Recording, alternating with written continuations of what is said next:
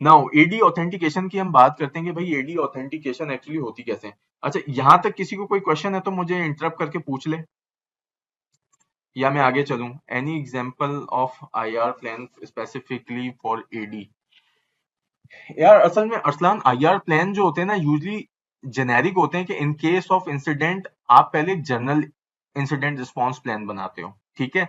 फिर एडी के केस में आप ये देखते हो कि यार हमने पर्टिकुलर इंसिडेंट को किस तरीके से रिस्पॉन्ड करना है, ठीक है, कि आपके पास क्या सिनेरियोस चल रहे हैं, ठीक है। तो इसका एक डिटेल्ड डॉक्यूमेंट मेरे पास सैंपल पड़ा हुआ है, वो मैं शेयर कर लूंगा, वो मुझे ढूंढना पड़ेगा, ठीक है। मैं अपनी ऑर्गेनाइजेशन का तो नहीं शेयर कर सकता, ठीक है, लेकिन एक सैंपल डॉक्यूमेंट मैं शेयर कर लूंगा कि so that you can actually have it in place in your organisation, ठीक है। But this is something organisation specific, कि आपका आपके जो बिजनेस है वो इंसिडेंट को किस तरीके से रिस्पॉन्स करने में, उसके बिजनेस गोल्स क्या है, उसके स्पेसिफिकली आप देखते हो कि यार हमने किस इंसिडेंट को किस तरीके से रिस्पॉन्ड करना है, ठीक है।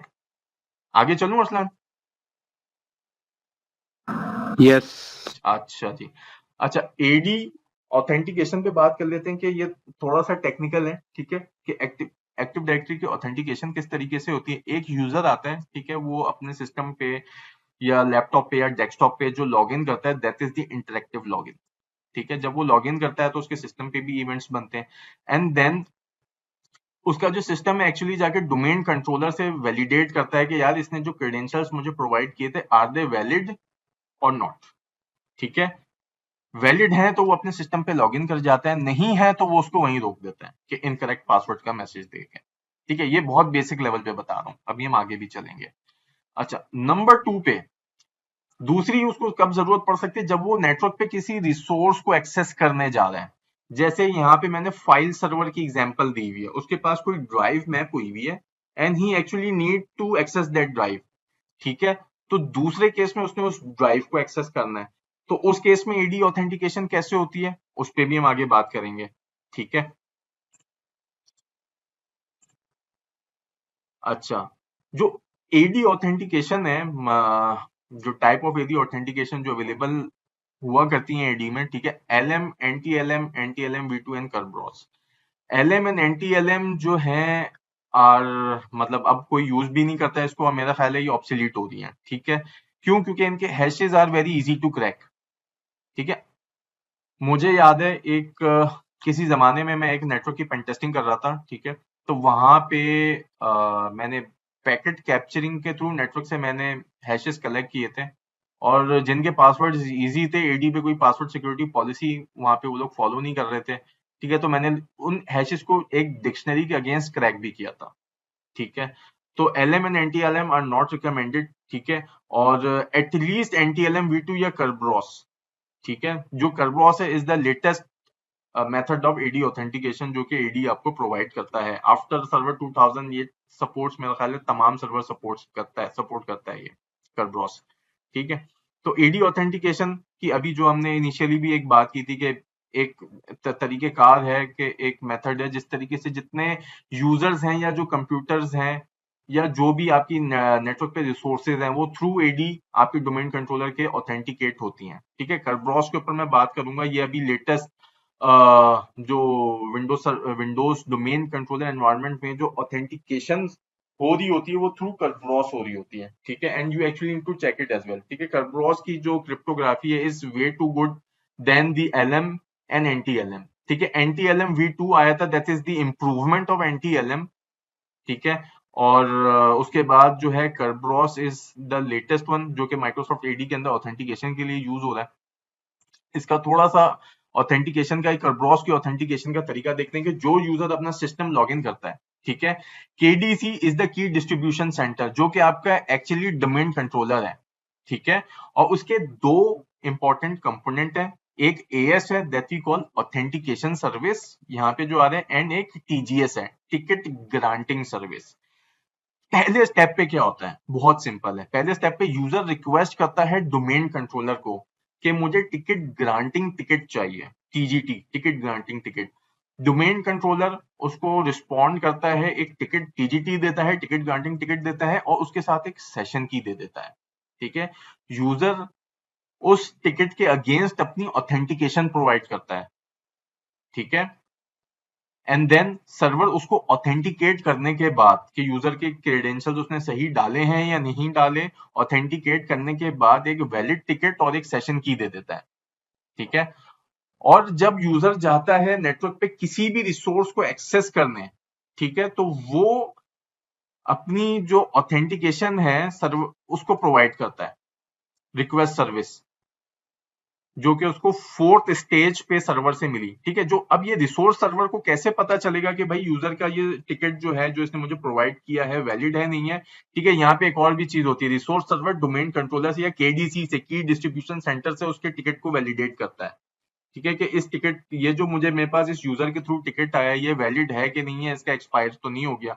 जब वो की डिस्ट्रीब्यूशन सेंटर उसको कह देता है कि हाँ जी ये टिकट वैलिड है, तो जो रिसोर्स सर्वर है, रिसोर्स सर्वर आपको कोई भी हो सकता है, फाइल सर्वर हो सकता है, शेयर पॉइंट हो सकता है, मेल सर्वर हो सकता है, वो उसको रिसोर्स तक एक्सेस दे देता है, ठीक है। तो this is the simple step के 1 2 3 4 5 6 एडी ऑथेंटिकेशन किस तरह वर्क अराउंड होता है इसका।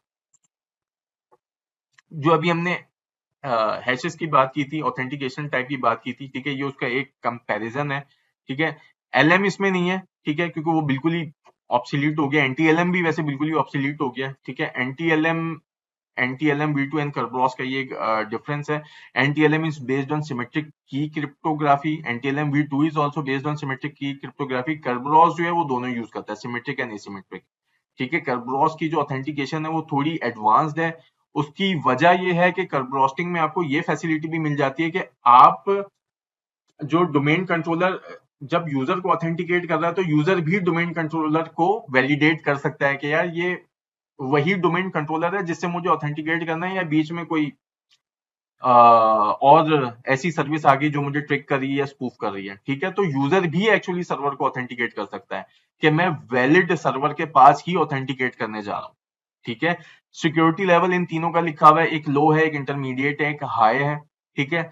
और किस तरीके की इंक्रिप्शन होती है वो रिटर्न है यहाँ पे। ट्रस्टेड थर्ड पार्टी दोनों में, एनटीएलएम एलएम में भी डोमेन कंट्रोलर है, वो यहाँ पे रिटर्न नहीं है। एनटीएलएम एंड एनटीएलएम V2 में भी डोमेन कंट्रोलर है।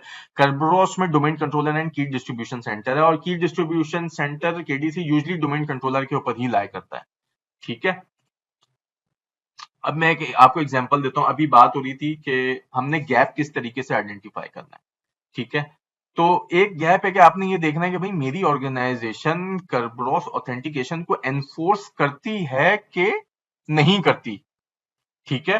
तो आप ये कैसे चेक कर सकते हैं, ठीक है। ये मैंने यहाँ पे रेफरेंस भी दिया हुआ है, ये मैं ऐसे नहीं कह रहा कि बाजू का जी सारे कंट्रोल, जाहिर बात है मुझे भी नहीं याद होते, तो हम थ्रू रेफरेंस इसको लेके चल रहे होते हैं, ठीक है। ये स्टिक का कंट्रोल है, विंडोज सर्वर 2019 डोमेन कंट्रोलर। आपने क्या करना है, ग्रुप पॉलिसी में जाना है। You are actually checking it के Kerberos की जो पॉलिसी है वो एनफोर्स्ड है नहीं है एट लॉगन, ठीक है। तो सिंपल स्टेप्स, आपने डोमेन में जाके डिफॉल्ट डोमेन पॉलिसी में जाके ये देखा कि कंप्यूटर कॉन्फ़िगरेशन में, पॉलिसीज में, विंडोज सेटिंग में, सिक्योरिटी सेटिंग्स में, अकाउंट पॉलिसी में Kerberos पॉलिसी का ये वाला control enforce user login restriction is enabled और नॉट, ठीक है। If is not set to enabled then it is a finding, ठीक है। ये लिंक भी मैं खोल के दिखा देता हूँ, और एक और चीज भी दिखा देता हूँ। मैं एक्चुअली मेरे पास पीछे डोमेन कंट्रोलर का एनवायरनमेंट चल रहा है, ठीक है। ये अगर मैं ये लिंक खोलूं तो ये मैंने यहां से आके देखा है, स्टिक का कंट्रोल है। जिस तरह CIS बेंचमार्क्स होते हैं, स्टिक के भी बेंचमार्क्स होते हैं, ठीक है। आपने CIS हो, स्टिक हो, इनमें से कोई भी अपने पास अडॉप्ट करना है as per your management approval या स्ट्रेटेजी, लेकिन अडॉप्ट करना है, ठीक है। अच्छा, अब ये मेरे पास एक डोमेन कंट्रोलर है, मैं इसको पावर ऑन भी कर लेता हूँ।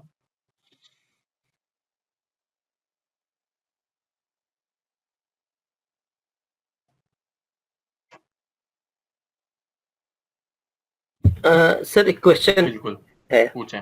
क्या हम इसको कोई वो भी लैब भी कर रहे होंगे जिसमें हम ट्राई कर रहे होंगे कि अगर एनटीएलएम है तो उसको हैश या किस तरह से क्रैक किया जा सकता है ड्यूरिंग दिस अच्छा देखें, वर्किंग? हमारी पता है क्या स्ट्रेटेजी होगी। I am not going to reinvent the wheel, ठीक है। देखें, ओके बहुत सारी चीजों की हो सकता है मैं आपको डायरेक्ट वीडियोस दे दूं कि भाई अगर एनटीएलएम हैश क्रैक करना है तो कैसे होगा, ओके यूट्यूब पे ऑलरेडी पड़ी हुई है, ठीक है। अब मैं वो पूरी वीडियो बनाता, करके दिखाता, आपका भी टाइम लगता, मेरा भी लगता, वो री इन्वेंट द व्हील की बात है।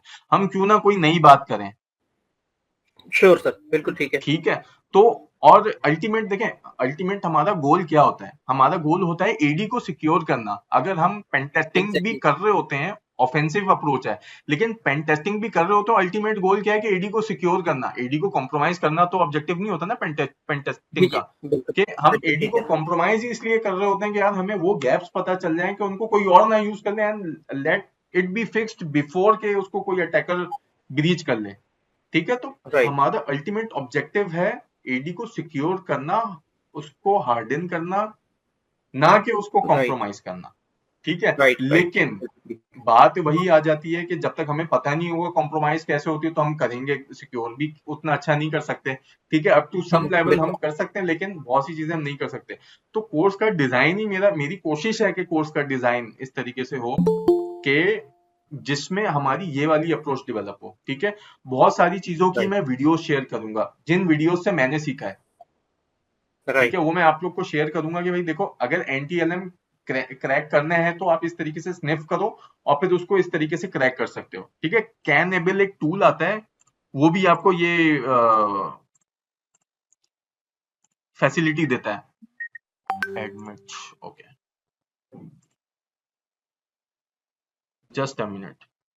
ठीक है। कैनेबल एक टूल आता है, काफी सारे स्निफर्स आते हैं जो कि let you allow to collect the एनटीएलएम hashes.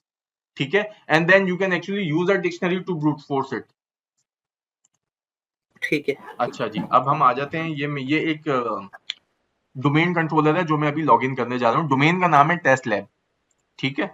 और इसको मैं जब लॉगिन करता हूँ तो इसका पासवर्ड मैंने रखा है पी कैपिटल पाकिस्तान 12। अब आप ये देखेंगे, ये जो डोमेन कंट्रोलर है ना, ये अभी डिफॉल्ट कॉन्फ़िगरेशन पे चल रहा है और ये मुझे पासवर्ड कॉम्प्लेक्सिटी पे भी रिस्ट्रिक्ट नहीं कर रहा। तो इट मीन्स के ये सारे कंट्रोल्स हमने लगाने हैं। ठीक है। जैसी मैंने अपने स्लाइड के शुरू में एक बात की थी कि हम अगर ये समझ लें कि डोमेन कंट्रोलर अपने साथ सिक्योरिटी लेके आता है, तो ऐसा नहीं है। ठीक है। By default domain controller secure नहीं होता, आपने उसमें सिक्योरिटी कॉन्फ़िगरेशंस इंप्लीमेंट करनी होती है। अच्छा, दूसरी चीज ये कि जिस तरह हम काफी ऑर्गेनाइजेशंस में पासवर्ड सिक्योरिटी पॉलिसी हम लगा रहे होते हैं बाय डिफॉल्ट, ये तो बड़ा बेसिक लेवल कंट्रोल है। जब हम ये कंट्रोल माइक्रोसॉफ्ट पहले से लगा हुआ नहीं देता, तो बाकी सारे कंट्रोल्स कैसे देगा लगे हुए? पॉइंट्स, मेरा पॉइंट समझ रहे हैं आप लोग? ये password complexity is a very basic level control, और यही माइक्रोसॉफ्ट बाय डिफॉल्ट नहीं देता। माइक्रोसॉफ्ट कहता है कि ये आपने एक्चुअली अपनी ऑर्गेनाइजेशन की पॉलिसी के हिसाब से इंप्लीमेंट करना है। माइक्रोसॉफ्ट आपको बेस्ट प्रैक्टिसेस बताता है, लेकिन वो बाय डिफॉल्ट नहीं देता, वो आपने खुद इंप्लीमेंट करनी है। और वो डॉक्यूमेंट भी मैं आपको दिखाऊंगा जहां पे माइक्रोसॉफ्ट ये सारी बातें कहते हैं। उन बातों को हम मोटी मोटी बातों को पढ़ेंगे भी, जब हम इम्प्लीमेंटिंग एडी सिक्योरिटी की बात करेंगे तो उसको पढ़ेंगे कि माइक्रोसॉफ्ट क्या कह रहा है, और जो हमने अटैक्स किए थे फिर आप उसको मैप कर जाओगे, रिलेट कर जाओगे, अच्छा ये वाला जो अटैक किया था, अगर ये कॉन्फ़िगरेशन लगी होती तो ये अटैक होता ही नहीं। ठीक है। हम जब अटैक देखेंगे ना कि यार ये अटैक किस तरीके से हुआ, और जब हम माइक्रोसॉफ्ट के कंट्रोल्स पढ़ेंगे जो माइक्रोसॉफ्ट कहता है, और वही कंट्रोल्स आप अपनी रिस्क असेसमेंट में चेक करोगे, गैप असेसमेंट में चेक करोगे कि यार माइक्रोसॉफ्ट ने ये कहा हुआ है, आपने किया हुआ है। स्टिक ने ये कहा हुआ है, मिसाल के तौर पे अभी मैंने स्टिक का ये कंट्रोल खोला था, कहाँ गया? स्टिक ने ये कहा हुआ है, ठीक है, आपकी आपकी ऑर्गेनाइजेशन की पॉलिसी है, अप्रूव्ड इन्फोसेक पॉलिसी है भाई, स्टिक के जो सिक्योरिटी कंट्रोल्स हैं वो इंप्लीमेंट होने चाहिए। ठीक है कि नहीं है? नहीं है तो इट्स अ गैप। ये आपका रिस्क असेसमेंट हो गया, ये आपका एक, आपने एक गैप आइडेंटिफाई कर लिया। ठीक है। तो अब हम आ जाते हैं जो अभी हम काम कर रहे थे। ठीक है। It's very simple.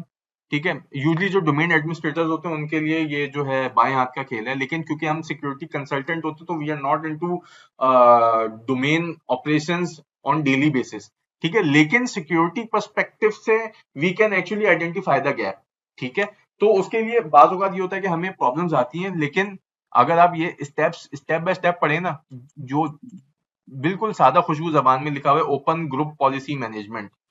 अगर मैं यहां से आके ग्रुप पॉलिसी मैनेजमेंट में आऊं, ठीक है, इवन वो लोग जो कि सीनियर पोजीशंस पे हैं, ठीक है, उनका काम नहीं है जाके ग्रुप पॉलिसी मैनेजमेंट में देखना, बट अगर उनको पता होगा, क्योंकि बात का पता होना भी बहुत जरूरी है कि भाई ग्रुप पॉलिसी में जाके ये वाली चीजें देख लो।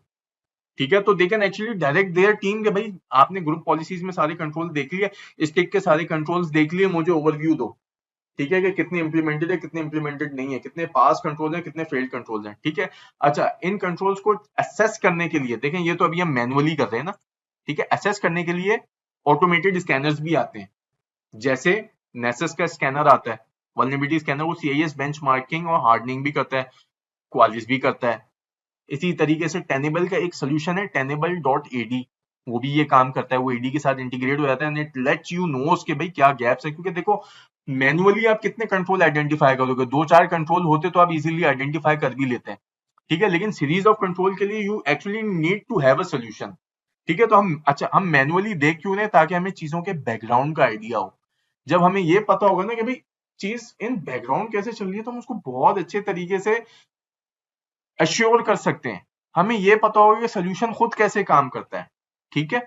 तो हम आ जाते हैं उसी चीज पे जो इसने हमें कहा था, ग्रुप पॉलिसी मैनेजमेंट में आ गया, टेस्ट लैब में इसने मुझे कहा है कि भाई डिफॉल्ट डोमेन पॉलिसी पकड़ लो, ठीक है।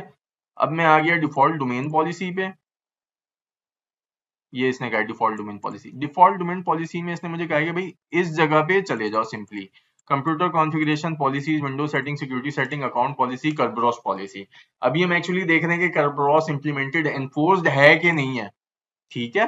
तो इसको मैंने राइट क्लिक किया, मैंने एडिट किया, और टू बी वेरी ऑनेस्ट मैं आप लोग को अगर जाती तौर पे ये बात बताऊं, शायद बहुत से लोग लैब्स देख के कंफ्यूज हो जाते हैं कि यार इतने सारे ऑप्शंस हैं, कहाँ जाने, कैसे जाने। टू बी वेरी ऑनेस्ट, ये ऑप्शंस मैंने खोले थे शायद 2 साल पहले या 3 साल पहले, क्योंकि अब मैं इतना ज्यादा हैंड्स ऑन नहीं हूँ, मेरी टीम पेन टेस्टिंग करती है, आई जस्ट डायरेक्ट देम कि आपने करना क्या है, कैसे करना है, ठीक है। टू बी वेरी ऑनेस्ट, मुझे खुद ढूंढने में 5 मिनट लग गए थे, लेकिन इतना मुश्किल भी नहीं है कि आप लोग बैठ के, अगर बाज़-औक़ात लोग कंफ्यूज हो जाते हैं यार इतने सारे ऑप्शंस कहाँ जाने हैं, but very simple and very easy. Computer configuration policies, Windows setting, अगर आप ये देखोगे, ये आ रहा है computer configuration policy, Windows setting, इसमें मुझे सिक्योरिटी सेटिंग्स में आना है, यहाँ पे आके अकाउंट पॉलिसीज थी शायद, ठीक है, अकाउंट पॉलिसीज में आना है, ये आ गई करब्रॉस पॉलिसी।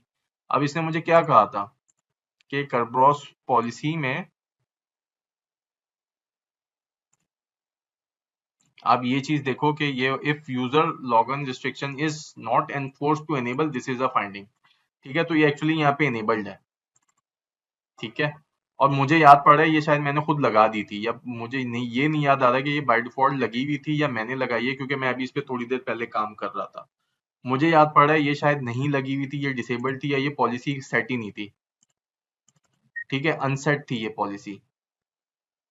और यहाँ पे इसकी डिस्क्रिप्शन आ रही है, the security settings determine whether the Kerberos V5 की distribution centre validates every request for the session ticket against the user right or not. Validation of each request for session ticket is optional because the extra step takes time and it may slow network access to services, ठीक है।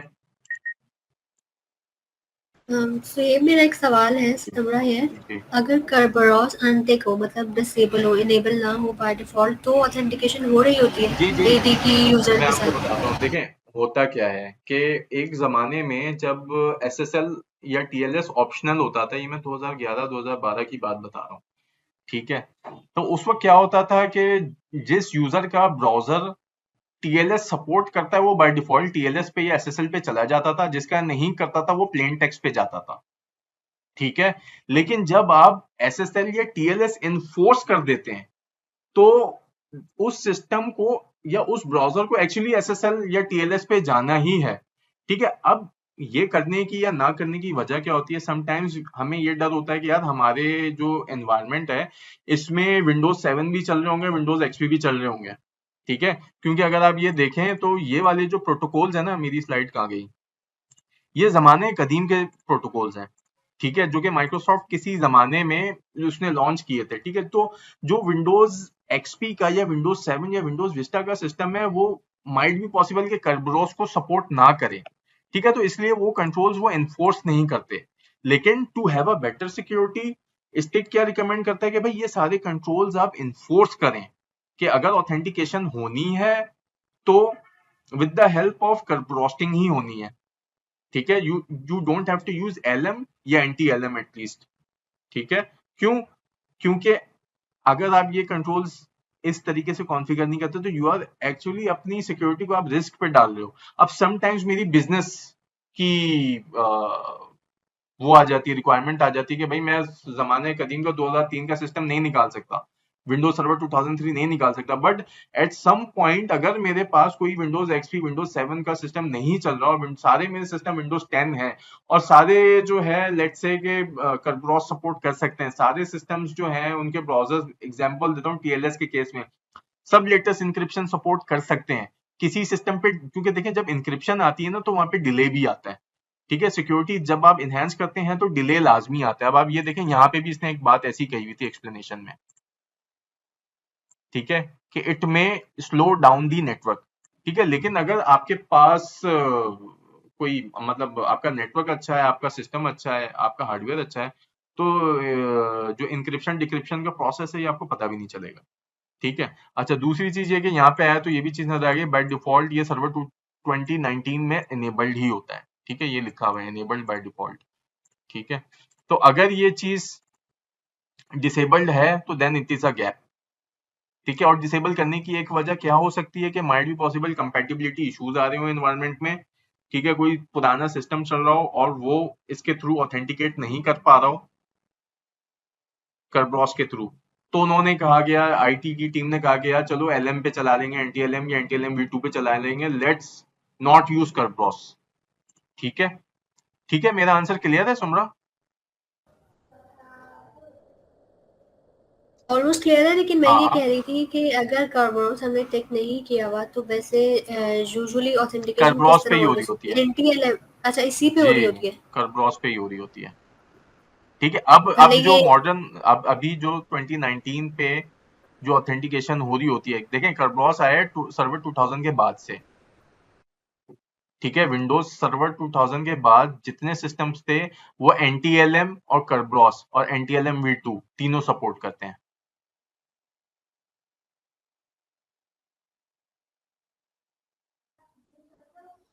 ठीक है। Clear? Confusion है तो मुझे बताएं, मैं वापस रिफ्रेश करूंगा। तो यही सवाल था कि मतलब अगर ये इनेबल नहीं हुआ हुआ होता तो फिर कोई ऑथेंटिकेशन नहीं हो रही थी, हम ये नहीं नहीं, ऑथेंटिकेशन के लिए ऑथेंटिकेशन तो होगी, ऐसा ऐसा नहीं, ऑथेंटिकेशन कैसे हो रही, फिर क्या प्रोसेस फिर होता है फिर अगर फिर करब्रॉस नहीं फिर ये हो होता? सकता है कि एनटीएलएम V2 के ऊपर हो रही हो, ठीक है। अब ये मतलब बाय डिफॉल्ट इज एनटीएलएम V2 अब ये अगर हमने नहीं नहीं करब्रॉस नहीं, इनेबल नहीं ये किया देखें, हुआ। ये अब ये चीज ना मैं कह नहीं सकता क्योंकि ये चीज अब मुझे टेस्ट करनी पड़ेगी ना, ठीक है, कि बाय ठीक है। डिफॉल्ट क्या होता है। लेकिन जहां तक मुझे पता है कि सर्वर 2019 पे बाय डिफॉल्ट करब्रॉस्टिंग ही हो रही होती है, करब्रॉस चल रहा होता है। हाँ, कंपैटिबिलिटी इश्यूज की वजह से एनटीएलएम 2 भी सपोर्टेड है, ठीक है, लेकिन बाय डिफॉल्ट आपका जो डोमेन कंट्रोलर है वो करब्रॉस के ऊपर ही चल रहा होता है। इसी वजह से जो हमारे सर्वर 2000 से पहले के जो सिस्टम्स थे वो सर्वर 2019 सपोर्ट नहीं करते, और उसकी और एक वजह ये भी है कि डिफॉल्ट बाय डिफॉल्ट इसको एनेबल्ड भी इसी वजह से किया हुआ है कि आपके जितने भी लेटेस्ट सिस्टम है वो करब्रॉस के ऊपर ही चले, क्योंकि एनटीएलएम की ऑथेंटिकेशन और करब्रॉस की ऑथेंटिकेशन दोनों ही में मतलब जमीन आसमान का फर्क है, ठीक है। एनटीएलएम is based on the challenge response और वो सिमेट्रिक की इंक्रिप्शन है, करब्रॉस जो है सिमेट्रिक और एसिमेट्रिक दोनों सपोर्ट करता है, ठीक है। जी थैंक यू। चलो, सर ये हाँ, एनटीएलएम करब्रॉस ये विंडोज के प्रोप्राइटरी हैं या ये लिनक्स में भी है या ओपन स्टैंडर्ड के हैं? यार करब्रॉस तो विंडोज का प्रोप्राइटरी नहीं है क्योंकि मैंने इसको थोड़ा सा पढ़ा हुआ है, ठीक है, राइट। और विंडोज करब्रॉस यूज करता है, मेरा ख्याल है एलएम एनटीएलएम और एनटीएलएम V2 विंडोज के प्रोप्राइटरी हैं, ठीक है, इसको थोड़ा सा राइट। गूगल कर लेना, ठीक है, लेकिन ये मैं तुम्हें अपने ख्याल पे ये बात बता रहा हूँ। ठीक है ठीक है। तो मैं सही कह रहे हैं क्योंकि एनटीएलएम जो है ये माइक्रोसॉफ्ट की जी, अपनी प्रॉपर्टी है। एनटीएलएम जो है ना, क्योंकि मैं जाती जी तौर पे ये काम करते हुए मुझे आइडिया है, मैंने ये कहीं पढ़ा नहीं है। एनटीएलएम एलएम और एनटीएलएम V2 ये माइक्रोसॉफ्ट के अपने, करब्रॉस जो है वो जी आपको मतलब वैरायटी ऑफ ओपन जितने भी एलडेप हैं या डायरेक्टरी सर्विसेज हैं उसमें मिल जाता है। राइट अच्छा, राइट। यहाँ पे सुमरा का जो आई थिंक क्वेश्चन था उसमें थोड़ा सा शायद मैं एलेबोरेट कर पाऊँ। सो भाई लास्ट टाइम ये हम इसमें डिफरेंट 2 डोमेन्स को इंटीग्रेट करवा रहे थे आपस में, तो उसके लिए हमने यूज किया था कि इसमें रजिस्ट्री सेटिंग होती है जहां से आप चेंज कर सकते हैं कि ऑथेंटिकेशन किस तरह हो, NTLM से हो, NTLM 2 से हो, वहां से आप रजिस्ट्री में चेंज कर देंगे तो आपका सर्वर फिर उस तरह ऑथेंटिकेट करेगा। हाँ, लेकिन समरा का सवाल मुझे ये लग रहा था कि वो पूछी थी कि बाय डिफॉल्ट किससे हो रहा होता हाँ, है। बाय डिफॉल्ट किस तरह होगा, तो बिल्कुल बाय बिल्कुल। बाय बट डिफॉल्ट ये है कि आप करब्रॉस कर रहा होता है और मेरा ख्याल है NTLM2 को as a backward compatibility support करता होगा ये। जी बिल्कुल बिल्कुल ऐसा ही, चलें कॉम्पेटिबिलिटी के लिए आप जी NTLM यूज कर सकते हैं। सर जी जी। सर मेरे दो सवाल हैं। हम्म। पहला तो ये है कि अगर एक एनवायरनमेंट में हमारे पास एडी यूज हो रही है तो हमारे पास ये लिमिट है कि हम कर्ब्रोज यूज करें या एनटीएलएम, या दोनों एक ऑर्गेनाइजेशन में एडी के अंदर यूज हो सकते हैं कॉन्सेप्ट? यार ठीक है। मेरा ख्याल है दोनों यूज हो सकते हैं, ठीक है। इट डिपेंड्स कि आपका इंफ्रास्ट्रक्चर किस तरीके से है। अगर आपके पास ऑब्सोलीट सर्वर्स चल रहे हैं जो कि किसी जमाने से माइक्रोसॉफ्ट ने लॉन्च किए थे और उस वक्त करब्रॉस अवेलेबल नहीं था, तो ऑब्वियसली NTLM v2 भी चल रहा होगा, ठीक है। सही, लेकिन मतलब यही है कि एट अ टाइम दोनों भी एक्सेप्टेबल है कि चल सकते हैं। एट अ टाइम दोनों भी एक्सेप्टेबल हैं, ठीक है। लेकिन देखो अब्दुल्ला, मैं बात वापस यहाँ पे यही कहूंगा कि क्योंकि देखो मैं डोमेन एडमिनिस्ट्रेटर नहीं हूँ, ठीक है। मैं सही बात। सिक्योरिटी कंसल्टेंट हूँ, तो जो चीज मैं तुम्हें बता रहा हूँ ना, इसको इंटरनेट से वेट जरूर करना, ठीक है। जी और सर, अगर कहीं मेरी अंडरस्टैंडिंग गलत हो तो मुझे करेक्ट भी कर देना। सही। अच्छा सर, एक और सवाल था हाँ। कि ये कर्ब्रोस ऑथेंटिकेशन होती है, अब सपोज एक यूजर आया, उसने कर्ब्रोस ऑथेंटिकेशन की और वो अपने सिस्टम पे लॉगिन हो गया है, हम्म। सही है। अब ये ऑथेंटिकेशन कंटिन्यूअस होती रहेगी या देखो वो उसमें वन टाइम होता होगी ये है जब कि तक ना, कि उसको? जी उसमें होता ये है कि ना, एक टिकट जनरेट होता है, उस टिकट का ना सेशन टाइम होता है, ठीक है। अब ये जब मैं तुम्हें ये दिखाता हूँ, ये मैंने अपने सिस्टम पे स्क्रीन नजर आ रही है मेरी, जी ये जी मैंने के लिस्ट लिखा, ठीक है। तो ये मुझे बता रहा है कि भाई ये जो मेरा कैश जो टिकट हुआ हुआ है ना नंबर 0 पे, ये क्लाइंट है, इसके लिए हुआ हुआ है, ये करब्रॉस टिकट की ये टाइप है, ये है, ये है, ये है, इतने पे रिन्यू होगा, ये सेशन टाइप है, एंड टाइम इसका ये है, तो इसके बाद ये रिन्यू होगा। ये जब एंड हो जाएगा ना 12/10/2022 इतने बज के इतने मिनट पे, तो फिर ये रिन्यू होगा, सही। ठीक है। तो और अच्छा, दूसरी चीज ये कि ये वाला जो पोर्शन है ना, शायद मैं रिकॉर्डिंग से कट कर दूं, क्योंकि इसमें मैंने मतलब अपनी ऑर्गेनाइजेशन की कुछ चीजें दिखाई हैं, ठीक है। तो क्लियर है? जी सर। अच्छा जी, और किसी को कोई सवाल? यहाँ तक मेरा ख्याल है सबको क्लियर है, ये जो हमने जाके ये एक कंट्रोल देखा,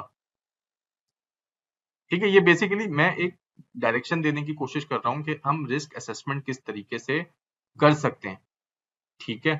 आपने एक कंट्रोल देखा स्टिक का, ठीक है। यूजली ये काम आप मैन्युअली नहीं कर रहे होते, आपके पास ऑटोमेटेड स्कैनर्स होते हैं, ठीक है। उन ऑटोमेटेड स्कैनर्स के थ्रू आप उसमें एक पॉलिसी डिफाइन करते हैं कि भाई हम either we are going to use STIG, either we are going for a CIS benchmark domain controller 2019 level 2 और लेवल 1 कंट्रोल, उसके अगेंस्ट असेस करते हैं, पूरी रिपोर्ट आती है और फिर आप डोमेन एडमिनिस्ट्रेटर्स जो हैं आपके, उनको देते हैं और उनके थ्रू ये रीअश्योर करते हैं कि ये किस तरीके से आप इसको सिक्योरिटी, इसकी सिक्योरिटी कैसे इंश्योर करेंगे, ठीक है।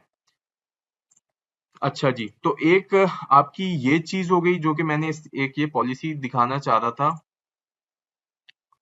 और वापस आ जाते हैं हम अपनी स्लाइड पे।